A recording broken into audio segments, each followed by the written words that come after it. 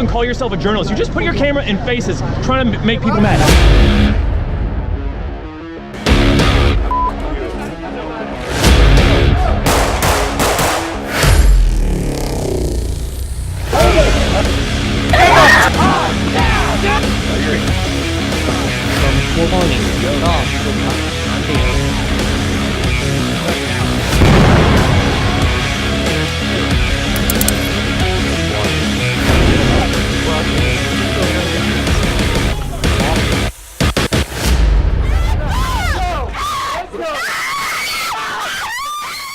The driver of the BMW was going north on Springdale. Somewhere or somehow the driver lost control of the BMW, veered across the street, across the sidewalk, onto the right-of-way, and ended up hitting this light pole right here. According to the arrest affidavit, Norma Rivera was in the shower when she said she heard her home security system make some sort of noise. She went to go check on it, and that's when she says she saw someone in her living room trying to take her TV. Cap Metro says some of those delays they are seeing can last up to 1 hour, so be patient, y'all. On South Congress, Gary Cooper, KXAN News. No, he ain't gonna make it. They're already back going out the other side. What happens when the rescuers need rescuing? Well, that's what's happening here. The driver of this Humvee with the Marine and 2 first responders from Onslow County tried to make it through a very flooded Half Moon Creek. These guys watched. The Humvee didn't make it. So these Good Samaritans were taking supplies from back there to the other side of the creek, of the flooded creek. When right then and there, this crew in a military Humvee decided to plow right through the water. Humvee got stuck with them in it, but thank goodness these guys were here. It would have been a much worse situation had they not been here. The crew inside the Humvee made it out. Still, they had to get their belongings. There he goes. The belongings of others in Jacksonville are not faring so well. From corporate-owned gas stations to mom-and-pop shops, the rains have left their mark on Jacksonville. That's just the nature and of Mr. the Nick beast. Like I Fioriti. said, this house, my mother and father purchased that home in 1963, had it built. And I've lived my whole life in that house right there. And up until Floyd, we had never seen anything of this nature. Now, here it's getting worse. But thanks to people like these guys, things can only get better.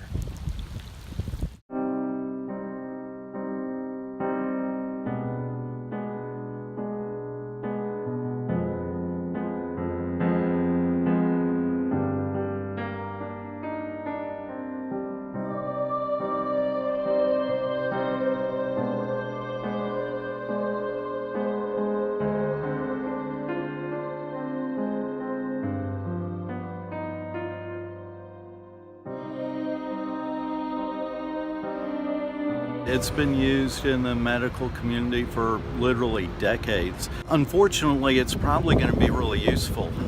There have been some statistics out just within the last 24 hours that accident or opioid overdoses are now the leading cause of accidental death in North Carolina.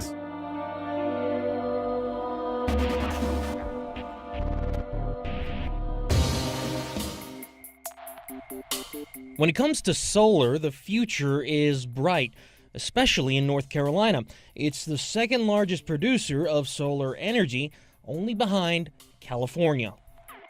But when a tariff or a tax on a specific import was announced on solar panels from China, things suddenly looked a little dim, particularly for Stu Miller of Yes Solar Solutions.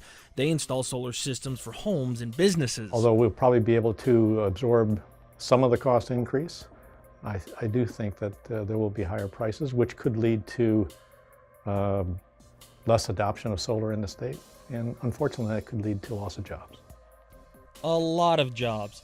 The Solar Energy Industries Association says 23,000 jobs could be eliminated this year alone.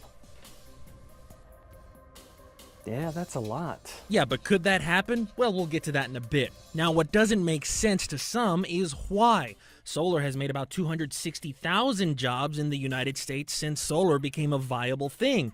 It's a $29 billion industry. Solar has proven to lower electricity costs for everybody, and particularly here in North Carolina. So the whole impact could be that we feel higher electricity prices here in North Carolina.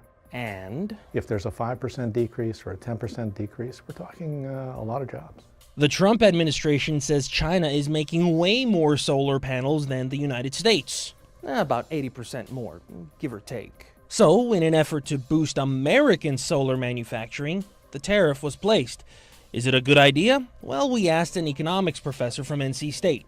I don't think this is the end point. I think what they want is a trading world where we get something, perhaps access to Chinese markets, opening up Chinese markets more to U.S. companies, which has been an issue. We get something in return for reducing this tariffs. And Now, the other thing that could happen is that the administration might want to encourage foreign producers to bring that production to the U.S., and that could be one consequence, which would perhaps be a win-win for U.S. jobs as well as a win for example, with respect to solar users. so, do we need to ring an alarm bell? I think it's too soon to ring the alarm bell. I do think that those who are advocates of solar power are disappointed, are going to be disappointed. As for Stu and his North Carolina-based business, This whole solar industry is like riding a solar coaster, and we're constantly being challenged by either political factions or fossil fuel industry groups. It's just one barrier after another. it's just another day at the office. The tariffs work like this: 30% for the first year, then 25% for the following year, then on to 20%, and ultimately 15%. And like most videos on social media, let us know what you think in the comments below. For ABC 11 Eyewitness News, I'm Gary Cooper.